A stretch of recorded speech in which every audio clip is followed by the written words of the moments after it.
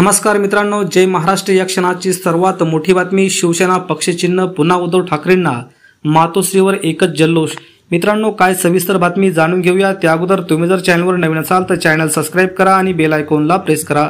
शिवसेना पक्ष आणि चिन्ह पुन्हा उद्धव ठाकरे यांच्याकडे लोकसभेचा निकाल जवळजवळ येत आहेत आणि उद्धव ठाकरे यांच्याकडे शिवसेना हे नाव आणि पुन्हा चिन्ह मिळण्याची दाट शक्यता आहे आणि तसे संकेत वर्तवण्यात आलेले आहेत। नेमकं झाले काय ते सविस्तर बघूया। शिवसेना पक्ष आणि चिन्ह हे एकनाथ शिंदेंना आमदार खासदारांच्या बहुमतावर निवडणूक आयोगाने दिलं होतं।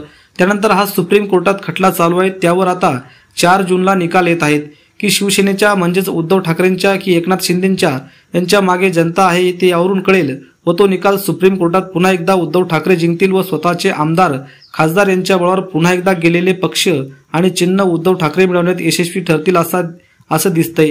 त्यामुळे निकालानंतर एकनाथ शिंदे यांचा गट हा निस्तनाबूत होईल अशी राजकीय पत्रकारांनी शक्यता वर्तवली आहे।